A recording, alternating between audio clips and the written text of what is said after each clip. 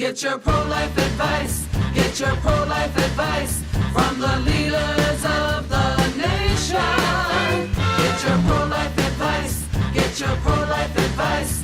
They'll help your situation. Oh, pro-life, where life matters. Where you, too, can have a professional life. Hello, viewers. My name is Will Strickland. I'm here today with Mayor Wayne Smith of Irvington, New Jersey.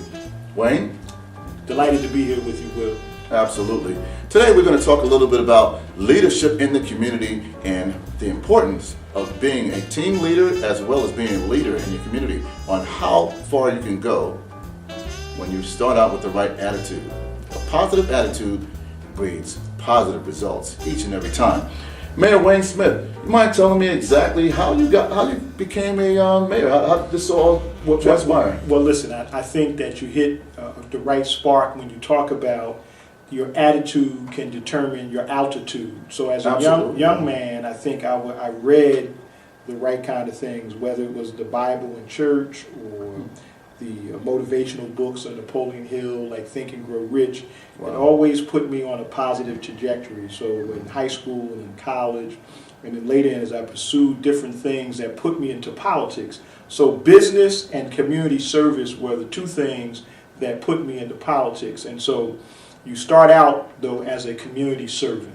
Okay. And then people kind of say, oh, you know, you'd be a good person to be in elected office because you served on this board, you've been involved with this. And so that's kind of, oftentimes people say, well, if you had to do it all over, would you do anything differently? And I said, sometimes, they say, God sometimes orders your steps. So sometimes you're put in situations and you have to actualize or live out the situation you're in. So some of the things that have happened to me basically happen as you make one move, another door opens and shows you some steps that you can take. So, I got the opportunity in 1990 to serve as the chief of staff to the first African-American mayor of this city. We had helped him in his campaign. Who was that, by the way? That was Mike Steele. Mike Steele, yeah, I remember Mike Steele. And so I worked with Mike for 4 years, and then he didn't get reelected. And so, I went to focusing on some business things that I was doing, and in 1996, one of the council members got elected to a county position. He became the county clerk. Okay. And he's now deceased. That was Patrick McNally, which they're about to have a fundraiser for his family. So Patrick went on to become the county clerk, and I filled his vacancy. He had 2 years left, and I ran in a special election. Of course, other people ran, and I was the ultimate winner. I then proceeded to serve those 2 years out, and then I got reelected to my own 4-year term. Wow. And then my colleagues recognized my leadership ability and elected me president of the municipal council. So let me ask you, currently you've served as the mayor in Irvington for, I believe it was 2 terms. How long is this? This is my 3rd term. I'm the only mayor in our town's history to get 3 terms. Fantastic. So I'm into my 10th year as mayor. I would say you're doing something right. Well, I think the idea of trying to be a servant, you can't please all people. One of the things you'll learn in politics is that you can't please all the people. Okay. But you do the best you can every day to serve people, because at the end of the day, you are a community servant. Wow. And so, it's interesting with you. Sometimes you'll have that when the economy's good and things are good and you're getting some things moving, but then there are some dark days. The economy may turn on you and circumstances may turn on you. But still, every day, if you get up with a positive attitude and do what you can, and recognize that we live in a democracy and that you're really the people servant. People sometimes think when they get into these positions that the people are to serve them, you're to serve the public. Wow. And so that will take you through elections. If people see that you bring that servant leadership to the table, I think it's a guy named Robert Greenberg who came up with the concept of servant leadership. Right. That if some of the best leaders lead by serving. And so then when you have an idea, people will follow because they've seen you serve them. And so, that's what we try to bring to the table every day. We try to run a transparent, open government. We try to deal with the issues. We hear from people. We can't fix everything. Right. But the things that we can do, we attempt to do. We try to bring on a staff to try to enculturate all your staff members about that same approach. And sometimes people will do what they see the leader doing. So if you have a lackadaisical attitude, sometimes the people will take a lackadaisical. It's pretty much like follow the leader. Let me ask you some other questions. I basically want to find out about Wayne Smith past, present, and future. And what I mean by that, viewers of professional life, I would like to know, where did Wayne Smith grow up? Was he a neighborhood? Was it in Newark? No, I'm a native Newark, born in City Hospital. Lived in practically all of Newark's neighborhoods. I went to Hawthorne Avenue School. Hawthorne Avenue, wow. Madison, quite a few of our viewers must have went to Hawthorne Avenue, I'm sure. Madison Avenue School, Wow. Broadway Elementary, Broadway Junior High, Westside High, and on to Bloomfield College. Okay, so I'm a neighborhood guy. I played sports. I played sports? basketball. I mean, I came up playing in the boys club, both Broadway Boys Club and Westside Boys Club. Wow. I still think I have the record at Westside Boys Club at 63 points in one game. I don't think anybody's ever broken it. 63 points? Yeah, 63 points. What position did you play? I was a point guard, but listen, Wow. when you get in the zone, and your son can relate to this, when you're in the zone, you could almost close your eyes and the ball would go in when you get into that zone. So and we lost the game, by the way. So I played basketball, played in high school, all of that. Played soccer in college because I didn't play my senior year at Westside. So what I did, I was out of shape, so I figured the soccer would make me run and those short bursts and all that. Wow. And then it was very interesting. My soccer coach was the athletic director and did not know that Bloomfield had a rule because I was going to play soccer up until basketball season and quit. So I did. I was making a basketball team too. But one day the athletic director came and said, "Smith, what are you doing? Why are you in that soccer practice? What are you doing?" I said, "I'm going out for the bat." He said, "You can't quit sport." The school policy was you can't quit one sport to play another. Okay. And I guess if I was a scholarship student, they probably would have let me do that. But nevertheless, and then of course I focused, after Bloomfield College on business, primarily insurance and marketing. Got the opportunity to be involved with concert promotions and entertainment, and had some varied experiences in my career, all which kind of culminated into this area of politics. Got a chance to do some government business, got a chance to work on some campaigns, got a chance to serve on some community boards, and one thing led to another vis-a-vis the mayor of the township. Okay, we're going to take a quick break and we're going to come back with Mayor Wayne Smith of Irvington, New Jersey here on Pro-Life Advice, where life matters.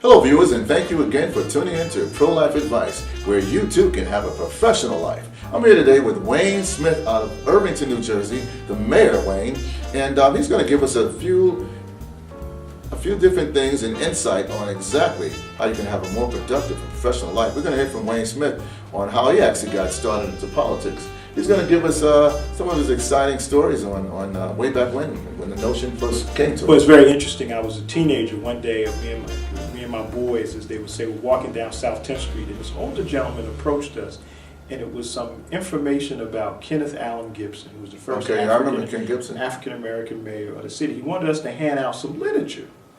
So my friends were like, "Oh man, we don't want to do that." So, my mom had taught me to kind of respect our elders. So after they went on down the street, I eased back and said, "I'll help you out. I'm not doing anything." So he said, "Fine." So he said, "Can you deliver these around?" I said, "Okay, no problem." So I delivered the literature. And I figured they didn't know exactly what I was delivering, but I know it was some political literature. It had a picture of Ken Gibson on it. Okay. And so then he said, listen, I want to give you a few dollars for helping me pass out the literature chapter. I wasn't expecting that. And then he said, look, come around. There was a little office on 10th Street, and I guess it was one of Ken Gibson's Civic Association offices. Mm-hmm. So he said, listen, come by, and next month I want to hook you up with a summer job for helping me out. Wow, so nice. I led right to a job. Yeah, so I ended up going to him, and the gentleman got me a summer job with Speedy. Okay, yeah, I remember Speedy programs. So that opened my eyes to, getting involved with this political arena. There was a possibility of resources. And so that made me pay a particular attention in college to student government. Okay. I got involved with the Black Student Union, our local student government. Okay. I was the editor of our EOF newsletter. Okay. So having a voice on campus and then seeing how campus organizations control money. And then as I got into business, one of the areas that they said, if you want to meet the influential leaders, because I was involved in the insurance industry, get involved with politics. Okay. So I began to volunteer, and one thing led to another, from one board to another. So you have to seek out opportunities where you want to have we do live in a democracy. Quiet is kept. If you get out there and you want to be heard, or you want to be in a position to influence what goes on in your own neighborhood, and you can start small. Your black association, the first rung of politics is maybe they call a county committee, whatever political party you belong to they call them district leaders or county committee. Right. You can volunteer in campaigns. Mm-hmm. You hear somebody that you think represents your idea. It could be for council, it could be for mayor, it could be for the assembly, it could be for Congress. Any of those things. So you get involved and you begin to learn the process by getting involved. And then you meet people, and one thing leads to another. But you have to make yourself available to participate in the democratic process, and that's how my political career unfolded. Again, I want to thank Wayne Smith, Mayor Wayne Smith from Irvington, New Jersey, for coming on the show. And Wayne, any last comments you'd like to say for the viewers? Well, listen, I'd say, like I am in this congressional race, go for it. You can't pursue your dreams unless you take the opportunity and take some risk to go for it. And you can be successful at whatever you want to do, but don't sit on the couch and just sit there. Go for it. Thank you. Hello viewers, and welcome to another Pro-Life Advice, where you too can have a professional lifestyle. My name is Will Strickland. I'm here today to introduce you to Dr. Nichole Simmons, a professional in the health field on how to have a healthier lifestyle as well as dieting correctly, and she's located right here in the heart of New Jersey. Dr. Nichole. How are you? Excellent. How are you today? Good, thank you. So tell me, what are some tips that we can talk to our viewers as far as having a healthy lifestyle and living well, and maybe some dieting tips as well? Well, actually, the beginning of a healthy lifestyle is you never consider it a diet. Okay. Because it has to become part of your life. Diets set us up for failure, and diets are temporary fix. Diets mean a couple of months or a couple of weeks till we hit a goal weight, and then we no longer want to do it. Okay. A healthy lifestyle is just converting yourself to eat healthier, be more physical active, and have a spiritual well-being. That actually makes a lot of sense, because there's many of, I'm sure, of our viewers out there right now who's tuning in, who's been on many types of diet. There's diet pills, there's diet exercise, there's all types of products throughout the internet, and also on television and late night TV. You always see different dieting products, but it's really a lifestyle change. And can you tell us a little bit more about that lifestyle change and how you can actually change your whole lifestyle and your habits and so on? Well, the beginning would probably be your nutrition. Nutrition is the most important part in getting a healthy lifestyle, and it's also what we consider the most complicated, because we have certain foods that we love to eat. Sure, like which we have to greasy look fat at them. Foods, right? Correct. We have to look at them Cheeseburgers. differently. Right. They should be treats, and basically everything in moderation. We have to remember that. So there are times where we can have a little treat, and we can have our chocolate, and now greasy food, now fried chicken. We just have to realize that that's a treat. That's not dinner. Okay. So it's more a balancing act than anything. Basically. Okay. It's a balancing act, and it's portion control. Okay. You know, you can have a little bit. I have a motto that I tell my clients all the time is taste everything, eat nothing. So if you taste it, in actually 2 bites, your brain has already killed the craving. Wow. Interesting. It's our eyes and our stomach that makes us eat more. So tell me, a lot of times people say that it's not just what you eat. You got to have some type of physical activity. What do you suggest to our viewers today as far as getting out and getting some exercise? As far as beginners, just move. It's just that simple. In order to lose weight and stay active, just keep moving. Park a little further away from the mall entrance. Park a little further away from your home. Taking a few extra steps is physical activity. And That sounds interesting, but a lot of our viewers are probably like me. They want to sit on the couch and don't want to really get up and move, and they want to park VIP or right at the front of the door of the store. Well, there's tricks to that as well. If you want to sit on the couch and watch TV, do some arm lifts. Move your arms. Do some leg lifts while you're sitting. Wow. There are ways you can become physical active without jogging or going to the gym.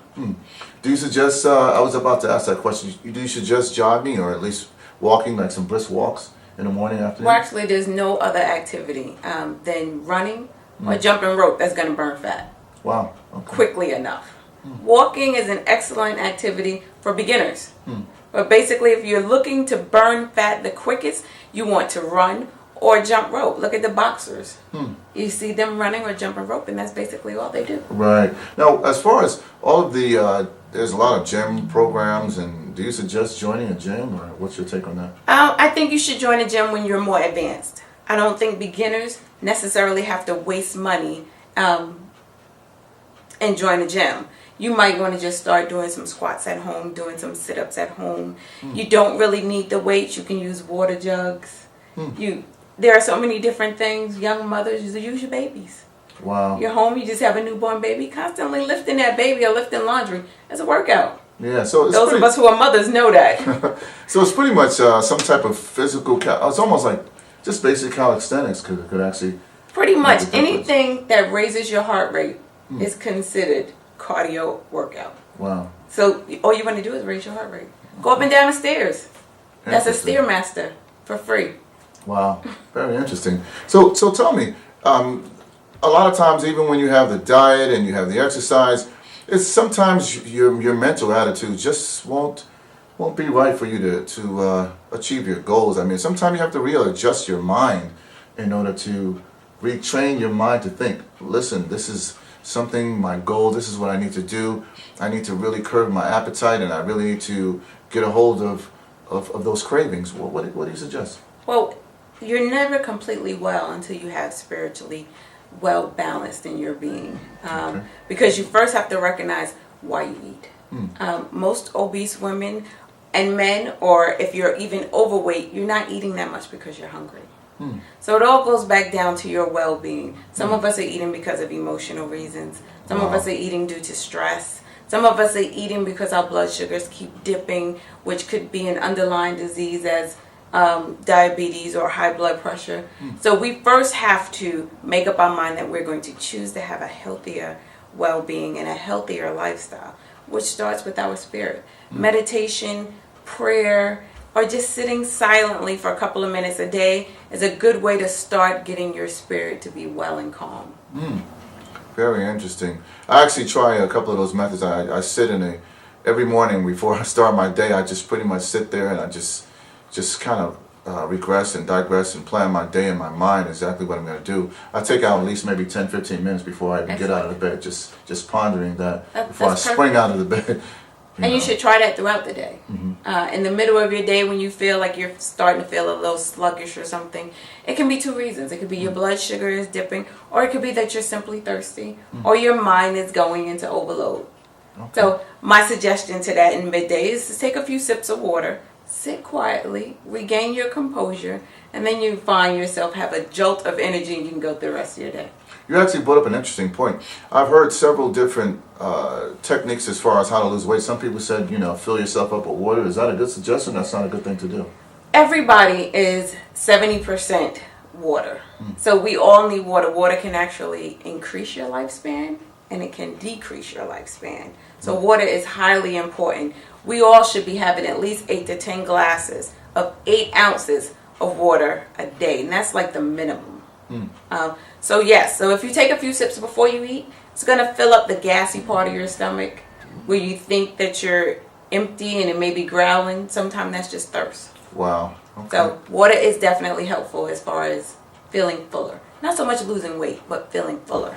Now, are there any foods in particular that you should stay away from? If you're really looking to, tone up and to lose some of the fat, I guess you want to start with the fat. Well, anything fried. Anything fried foods, that definitely holds a component of high oils. you want to stay away from. And you want to stay away from sugar. Sugar definitely goes right into our bloodstream and it stores as fat. Wow. We don't know, our bodies don't physically know what to do with an overabundance amount of sugar. We store it as fat. And I understand sugar comes in many different forms. I mean, the sugar could be starch. It does. Sugar comes in your carbohydrates, sugar comes in starch, sugar comes in your breads, your rice. You want to try to stay away from anything white. Anything white holds more sugar than anything else. So you want to stay away from your white rice and your white pastas and any kind of sugary drinks. Sometimes we think when we're drinking it's less calories than when we're eating. It's the opposite. Wow. 1 can of soda holds more calories than a sandwich. Amazing. Who knew? And when it comes down to you mentioned sugar a minute ago. I mean, a lot of fruits have sugar in it. I mean, fruits are bad or fruits good? Fruits are both. They're good and they're bad. If you have diabetes, you want to limit your berries because it's natural sugar, but it's still sugar. And you don't need that much sugar in your blood system. But it's good because we need everything else that the fruit has. We need the roughage, we need the fiber, we need that natural sugar. We just don't need an overabundance of it. And it kills our sweet cravings as well. So sugar is a natural God's way of saying, here, have some candy, have something sweet. Now, one other question regarding since we're right now on the topic of losing weight, and is there some way do you recommend that they chart this? I mean, should you be weighing yourself in every week or every other day or daily, or how do you keep track? I honestly do not recommend getting on a scale. Wow, I'm surprised at that. It is numbers that will play a part on our minds that then starts to confuse and stress out our spirit, which then we end up going to defeat the whole purpose. So if you want to weigh yourself in the beginning just so that you can see end results, like maybe set a goal, every month I'm going to weigh myself, Monthly, or okay. every 2 months I'm going to weigh myself. But once you begin your healthy lifestyle, the numbers will follow. The number is the last thing you want to worry about. They're simply just numbers. And we have to realize too, the more we put on muscle, the more water we drink, the numbers are going to fluctuate anyway. So then our minds say we're not losing as much as we really are. Okay. And that plays a part on your spirit. And then you're not really being well. You're kind of stressed out over the fact that the numbers are going up and down. Right, yeah, I've seen that. There's some television shows about losing weight, and sometimes when they get on the scale, they actually only lost maybe 5 to 10 pounds after vigorous workouts, maybe even 2 pounds. And it's kind of amazing. You see them all week long and they only lose a little bit of weight. So it's kind of misleading as what's really going on there. Exactly. And your body measurements are more important than your weight. Because you could be losing inches, you could be losing fat, but the numbers on the scale isn't moving.